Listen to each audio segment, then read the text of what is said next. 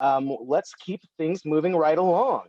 Again, she's also part of the social sciences department. Let's go ahead and welcome Miss Julia Wendt, who's going to answer some very interesting questions because I bet a lot of us here work while we're going to school, but many of us didn't know that you can actually earn college credit while you're at your job. So let's go ahead and turn it over to Miss Julia Wendt. Hi, thanks for having me. Thanks for being here. I have to tell you, that last question you asked the panelists really made my day. I think you should ask everybody that question. I hope you do, because you got to start somewhere, you know. Anyways, okay, so I will share my screen. When folks see the words cooperative education, they usually don't know what that entails. And so that's what I'm really here to help. Unfortunately, it's not one of those titles that necessarily says, oh, I know what this is. But cooperative education is a course that allows you to earn college credit for working at your job or an internship in either a paid or unpaid situation. So let me open my presentation right here. Can you guys see my screen? Something about cooperative education appears. All right. Yes, we sure can see it. That's okay. It's okay. Okay, so and I'll try to make that. I'll try not to make this dry. But you know, when I was an undergrad, this was a while ago, 20 some years ago, but there was a situation where if you had an internship or a job, you could earn college credit. Now, the great thing in California, there's Title V, which says basically you can earn up to 16 units of transferable college credit by working at your job or in an internship. Granted, this can look really confusing. When you look at the catalog, when you're signing up for classes, and maybe you'll see my name, Julia Wendt, you might get really confused because I'm under almost everything. I'm under automotive, nursing, poli-sci. We have 36 different disciplines. And basically whatever job you're in right now, or maybe a job that you're aspiring or applying to right now, we try to match it up with the discipline that most closely aligns with where you're working right now. So let's say you were working for a congressperson's office. That might be poli-sci, or public administration, or even paralegal. And this would show up on your transcript as, say, paralegal 138. Or if you were working in an automotive shop, it could be automotive 138. Even if you're working at, you know, we have everything from students working at McDonald's, Verizon, anything at the mall. I've had students working kind of in the military industrial complex, military positions. We've had every kind of discipline register for this class. Now, say you're working at Verizon, it could be business administration 138 or communications 138. We have a journalism 138. So we've had students work for like the Daily Press or for different blogger sites. So this is a really neat opportunity. This next slide looks a little confusing, but we offer this class, Cooperative Education, every single term. We offer it fall, winter, spring, and summer. For fall and spring, you could take anywhere between 1 and 8 units in any of these disciplines. And the way you would tell how many units to take is how many hours a week you work. So this chart, it kind of looks confusing. And basically the short version to everything I'm saying is, if you ever have any questions, you know, my contact information, I'm going to post it in the chat. And also there's a placement specialist who works in my office who can also answer questions and even help you register. So the short version is you can just reach out to us if you have questions. But if you're looking at this chart, for example, let's say you're working at Chipotle or Jack in the Box, it's a paid situation. Well, how many hours a week do you tend to work? Okay, let's say you work 15 hours a week. Well, that could translate into 3 units if you're signed up for the class, okay? And then once you're in the class, we kind of go through this with you, but for every unit you're enrolled in, you need that number of learning objectives or learning goals. So it could be something like, you know, you want to develop your time management skills better. You want to learn how to use a cash register. You want to learn how to deliver newspapers. Basically, we would help you write that into a learning objective that you'd work on. And through our learning management system, Canvas, you'd update us on that objective every single month. Now, the only exception to this is if you're in 1 unit, you automatically get 2 learning objectives. So now, if you go over here, maybe you're in a volunteer capacity. Maybe you're volunteering somewhere. Let's say you're volunteering somewhere 4 hours a week. Maybe you're volunteering at the hospital. You'd need 60 hours for 16 weeks in this chart, okay? this gets further complicated because in fall and spring, we offer a 16-week, a 12-week, and an 8-week. So that means technically, let's say you've already registered for classes, but then maybe you get a little bit into the semester and you realize, hey, I think I could pick up some more units and I'm already working somewhere. You could register for this class. In summer, it's an 8-week class and there you can go up to 4 units. Winter's 1 unit and you need special permission because it's only 6 weeks. But in theory, you could technically enroll in this class continuously for your whole time here. And like I said, up to 16 units can transfer to any CSU and most UCs. And honestly, I've seen it transfer to some private institutions based on their criteria. So it's kind of a win-win. If you think about it, if you're going for your associate's degree and it's 60 units, so 60 units, 18 of those have to be elective units. So you could, if you're working a lot, 16 of those, you could knock out 16 of your elective units through cooperative education. And it's interesting because I would have loved to interview the faculty from the previous panel more because a lot of us, I think, had to work while we were going to school. And it would be nice if, especially if you're working in the field that you're interested in, for that to show up on your transcript. Okay, so like I said before, it's up to 16 units of transferable college credit. If you're somebody who's working, full-time somewhere and going to school, basically, you could technically, I don't always recommend taking 8 units in a single term, but usually if you're working full-time, I say 6 units is probably a good amount to enroll in. Basically, I already told you that we offer a 16, 12, and 8-week start. So like the 12-week would start, I think it's March 15th. So like if you aren't ready to enroll in our 16-week, you could always enroll later down. And then this one is halfway through the semester. Okay, so are you eligible? You might be saying, oh, okay, that's cool, but I'm probably not eligible for this program. Well, what I'm going to do is I'm going to share with you guys a link. It's our web inquiry form for my office.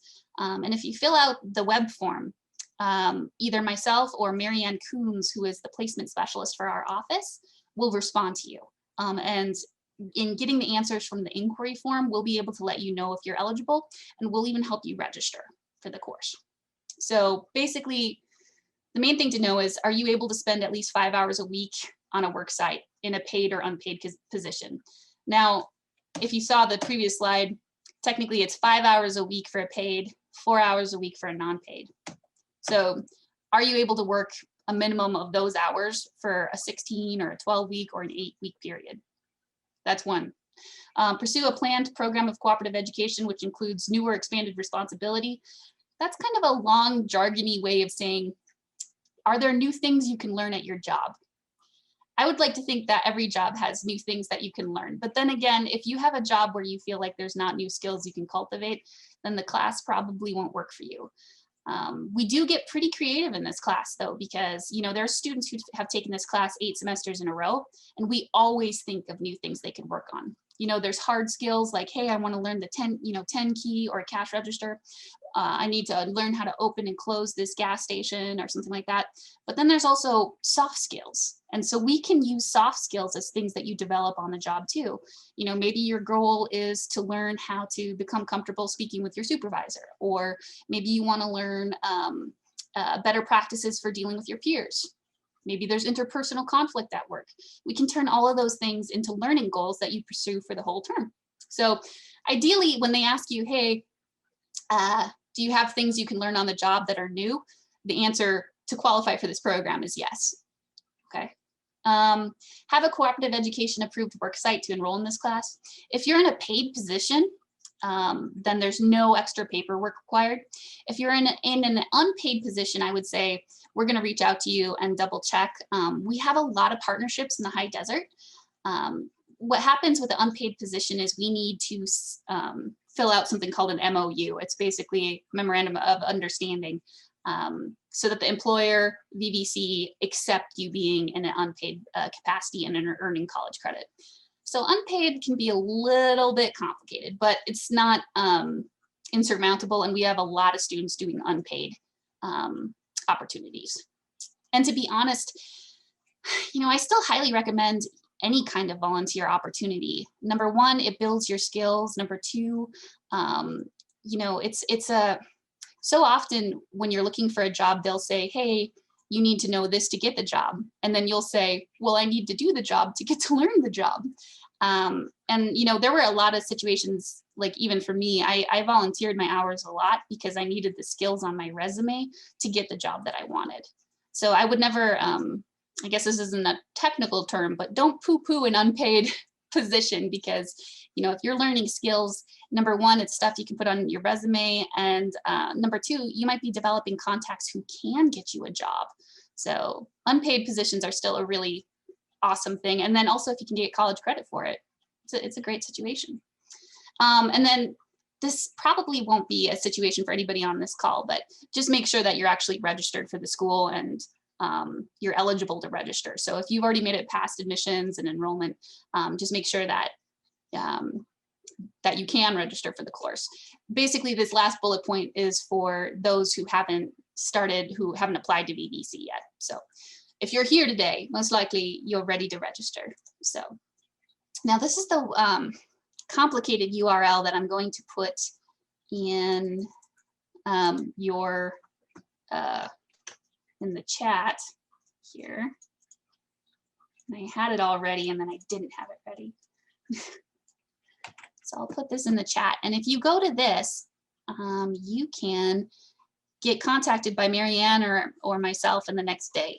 So let's see. Okay. Yeah, Walmart would work. I'm so sorry, I just saw that chat feature. Yes, Walmart, we have students who work at Walmart, so that definitely works. And I'm trying to find, it's been a long day. Where's my chat feature? There it is. All right. So this is the link to basically let us know that you're interested. And then Marianne and I will reach out to you probably in the next day. So other than that, I think that's actually all oh, nope, of course I still had more, I'm sorry. This is just a sampling of all the different disciplines we offer. And like I said, we've had students work in every kind of situation, 99-cent store, Winco, Target, Kmart. I've had students who work for aquariums, private zoos, military installations,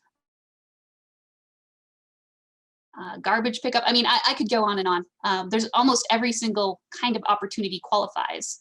I think the hardest situation is if it's unpaid, but I just want to state that a lot of our students have unpaid situations and we're able to usually hook it up for you.